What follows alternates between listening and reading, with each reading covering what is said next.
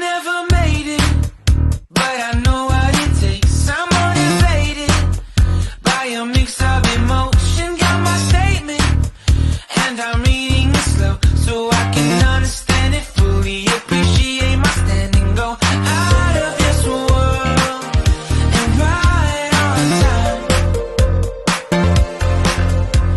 Oh, never in my life have I seen the sky light up like this.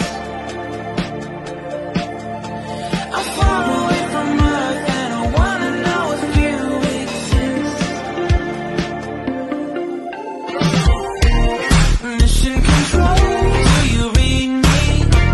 Send me my coordinates lately. Mission control, am I drifting? Tie me to someone who will love me, yeah. Wait, I think I'll last a bit longer. Fine. Welcome everyone. Welcome everyone. Welcome everyone to another Ref Brandon and the Todd family YouTube video. Wherever you are, whatever you may be doing, thank you so much for making Ref Brandon and the Todd family a part of your day. We always greatly appreciate it. Happy Friday to everybody. Hopefully you're looking forward to the weekend. As I always do during the football season, I want to take a look at all of the televised games in the world of college football this weekend. Hard to believe it is week number 6.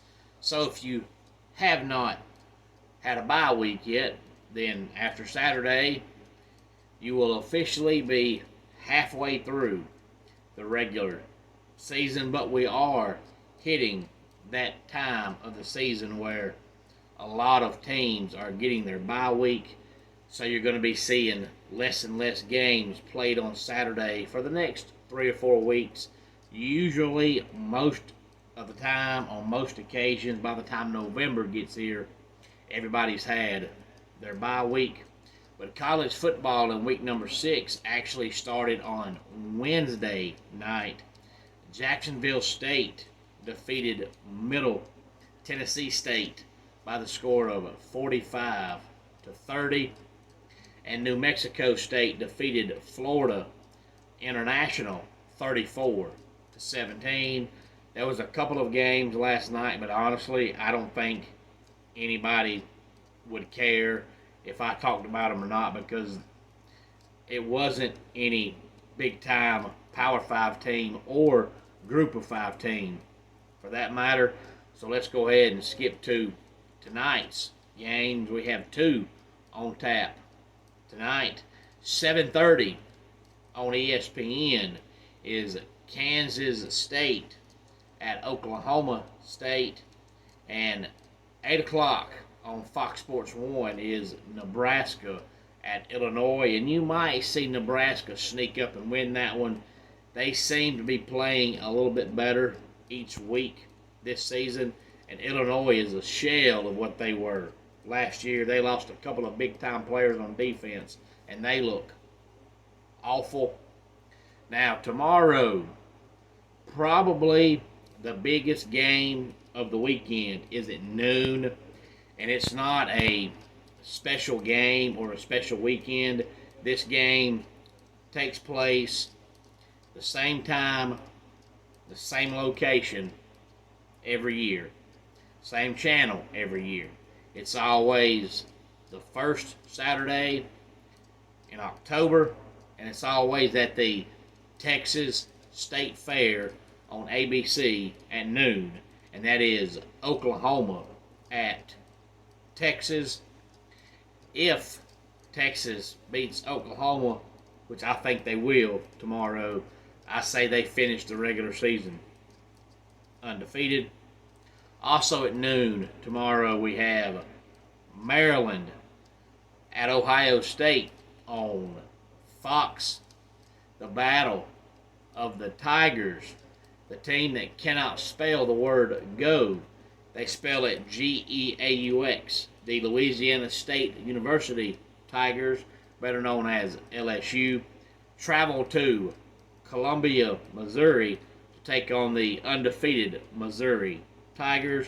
That game will be on ESPN. I will go ahead and make a prediction that the Tigers win that game.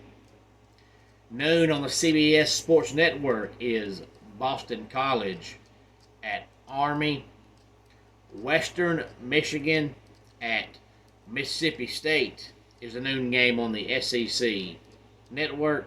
And then Virginia is playing two teams tomorrow. And if Virginia wants to win a game this year, they better win tomorrow, even though they're playing two teams. Noon on the ACC Network, Virginia is playing William and Mary. Then we have Toledo against UMass on ESPN U, and that is your 12 o'clock noon Eastern games.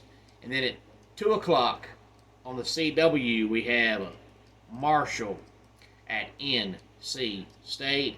And I mentioned earlier in the week when I was talking about last weekend's games that NC State might think about changing quarterbacks. Well, on, I believe it was Wednesday, but maybe Tuesday, they announced that Brennan Armstrong has been benched. And I feel bad for the guy because he leaves Virginia to go to NC State, and for whatever reason, he just looks terrible. Now, I know they're a slow, methodical offense because that's what Dave Doeren wants. And Brennan can't control that, but the one thing he can control is when he throws the ball. And when he throws the ball, he throws it terribly. So you can't control what you can't control, and you can't make Dave Doeren change his offensive philosophy. But you can control what you can control, which is throwing the ball. And when he does that, he's been average at best. 3:30 on ABC, Virginia Tech at Florida State. CBS at 3:30, we've got Alabama at Texas A&M. We'll see if Jimbo Fisher can get another win against Nick Saban. Syracuse at North Carolina is the ESPN 3:30 game. Purdue at Iowa is on Peacock. And, of course, Iowa started the year with Michigan transfer quarterback Cade McNamara, but he got hurt in last week's game on the second series. And all Iowa is saying is that he is out for the foreseeable future, but I think he'll be out for the rest of the regular season. So, former Wisconsin quarterback who transferred to Iowa, Deacon Hill, will now be Iowa's starting signal caller. Wake Forest at Clemson is the ACC Network 3:30 game. I heard earlier in the week, it might have been on Wednesday, that Clemson is a 21-point favorite in that game, or 20, something like that. And honestly, really, truly, I'm surprised by that because Wake Forest, even though they do not have a defense at all, they will score a little bit. They don't have the offense they've had the last handful of years, but they'll score some points. But for Clemson to win by 3 touchdowns, Vegas must know something I don't know because I have not seen anything out of Clemson's offense that makes me think they're going to score 35-plus points. And I believe Wake Forest will score around 13 or 14 points. North Texas at Navy is the CBS Sports Network 3:30 game. And then we have Texas State at Louisiana on ESPN U. And that wraps it up for the 3:30 games. At 4 o'clock, we have Vanderbilt at Florida on the SEC Network. And I don't think they will because Vanderbilt is terrible. But I would love to see Vanderbilt defeat Florida tomorrow. Central Florida at Kansas is the 4 o'clock Fox game. Then ESPN2 has South Florida at UAB. Moving on into prime time tomorrow night. 7 o'clock, we have Kentucky at Georgia. And then 7:30, we have one of the longest rivals in the Big Ten, but nobody talks about it because most years one team is awful. I think it's called the Battle for the Oaken Bucket. It's on NBC and Peacock, and that is Michigan at Minnesota. ABC 7:30, Notre Dame at Louisville. So that is the national prime time Saturday night game. Notre Dame at Louisville, and then we have Arkansas at Ole Miss on the SEC network. Ole Miss last week, and their win over LSU had over 700 yards of offense. LSU just chose not to play defense at all in that game. 8 o'clock tomorrow night, ACC Network, Georgia Tech at Miami.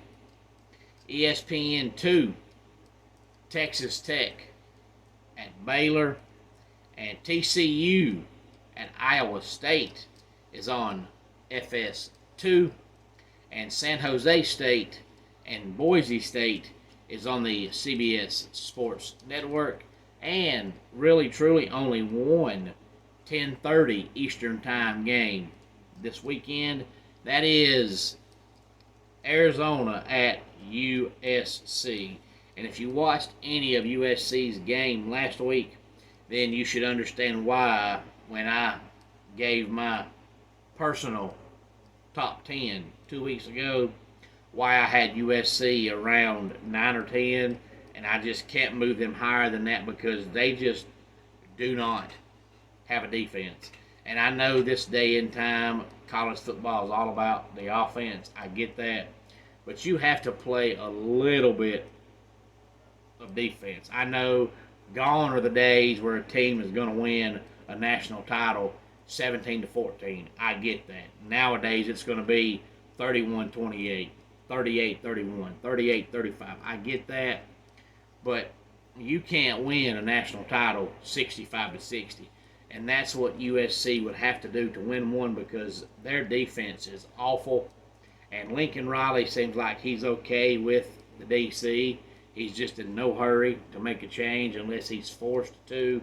But they pretty much play the same exact defense every single week, no matter who they play. They never change their philosophy. They never change their scheme at all. And you can't play the same defense against all 12 teams and expect the same results. It's not going to happen. But that's what they do.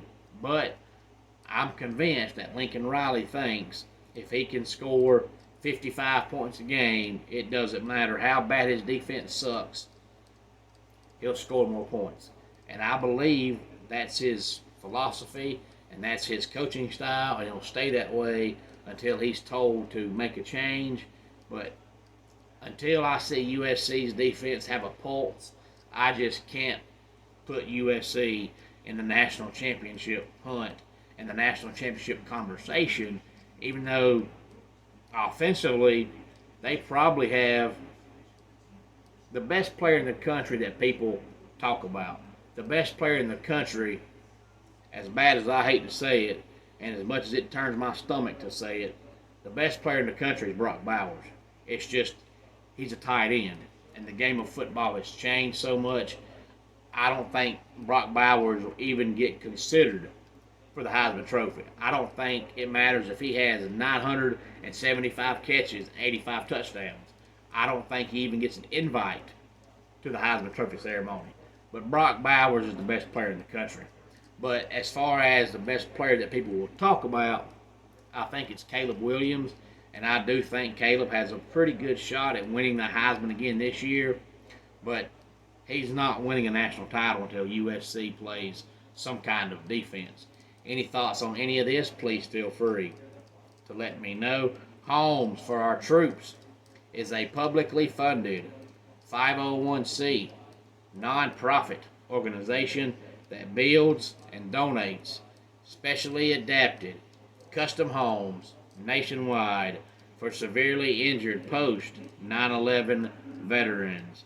Since the 2004 inception, nearly 90 cents of every dollar spent has gone directly to our program services for veterans. Visit at hfotusa.org USA.org. Let's go ahead and get our dad joke of the day in here. There's a new flight company that caters to people who are going bald. It's called Receding Airlines. And that does it for today's Ref Brandon and the Todd Family YouTube video. Until next time, it's Ref Brandon saying, just like in pro wrestling, life can be over by the count of 3. Tell your friends and family how much you love them. Bye.